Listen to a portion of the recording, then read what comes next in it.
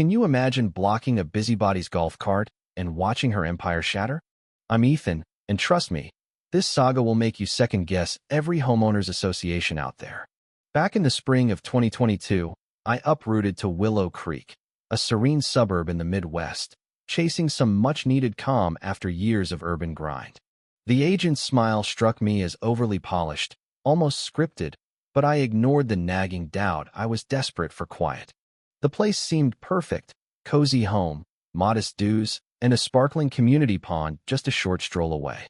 After endless hours wrangling zoning paperwork at my job, dipping my toes in that water felt like heaven.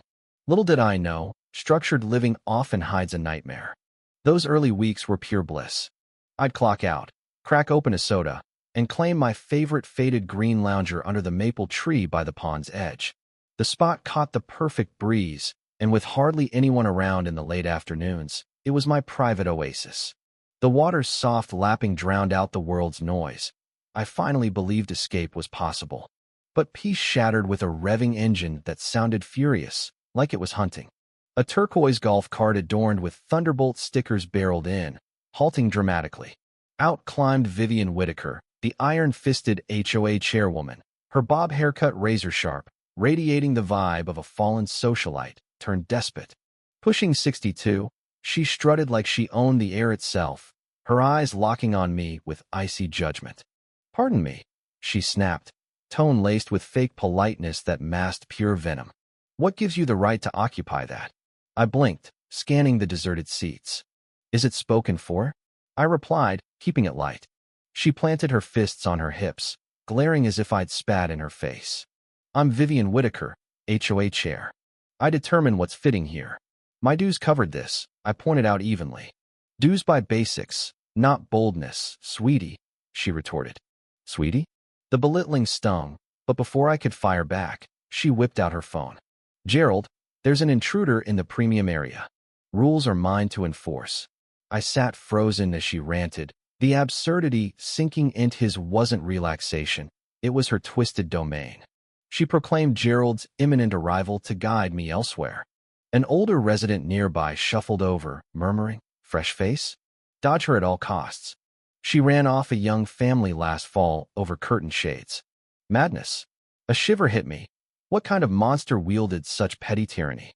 I hoped avoidance would suffice, but curiosity and defiance drew me back the next evening. For a fleeting half hour, tranquility held. Then her cart's growl echoed again, screeching to a stop right across the only gate out, sealing us in like prisoners. Heavy metal blasted from her speakers, vibrating the loungers. She lounged there, grinning triumphantly, eyes daring me to erupt.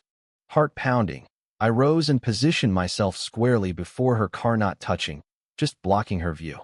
"Get out of my way," she bellowed over the din. "You're trapping my vehicle." "The nerve.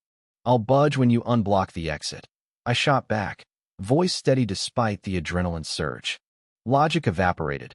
She grabbed her phone, face flushing crimson. 911. "I'm under attack. This man's holding me hostage." My jaw dropped. She was staging a meltdown, voice cracking with feigned terror. Pulse racing. I hit record, sweeping shots of her obstruction, close-ups of her hysteria, my hands visibly empty and distant. "He's assaulting me," she shrieked. Neighbors clustered, whispering in shock as the standoff thickened, air electric with impending chaos. Time crawled until Officer Ramirez pulled up, his seasoned gaze hinting at exhaustion from endless absurdities. Vivian lunged at him, weaving a tale of my vicious threats and entrapment. I waited, then handed over my phone. "Watch this, sir." His expression darkened from boredom to disbelief, then fury, as the video exposed her lies. He replayed it, eyes narrowing. "Ma'am, this clearly shows you barricading the path. No threat from him. Fabricating emergencies is a felony-level offense. This is your formal caution." Her parting glare burned with raw hatred, a silent vow of vengeance that twisted my gut. Had I just ignited a firestorm? Optimism faded fast. Come Tuesday, an ominous packet was slapped on my door, Willow Creek HOA. 6 fabricated infractions stared back. Excessive yard lighting, my bulbs were dim. Illicit signage, none existed. Pond disruption, and vague defiance of leadership, fine stacking to $700. None matched the handbook I pored over. I rang Lucas, my old college buddy turned property litigator, snapping pics for his review. "These are pure fiction," he declared. "Worse, check the books. A $700 attorney charge right after her cop flop, billed to community coffers. Our money shielding her folly?" Fury boiled as I demanded full ledgers, uncovering a trail, spikes in consulting, fees shadowing every challenge to Vivian. Was this systematic theft? Tension peaked with a crisis HOA summit notice, framed as safeguarding against hostile elements me. Lucas coached. "Evidence up. She'll implode." The room thrummed with rare turnout, neighbors buzzing. Vivian, bedecked in a power blazer with a gaudy eagle pin, banged her gavel like a judge. "We're convened over grave dangers from Mr. Reed's belligerence toward officials." I stood, heart hammering, and beamed the video large. Her blockade, the bogus call, my restraint.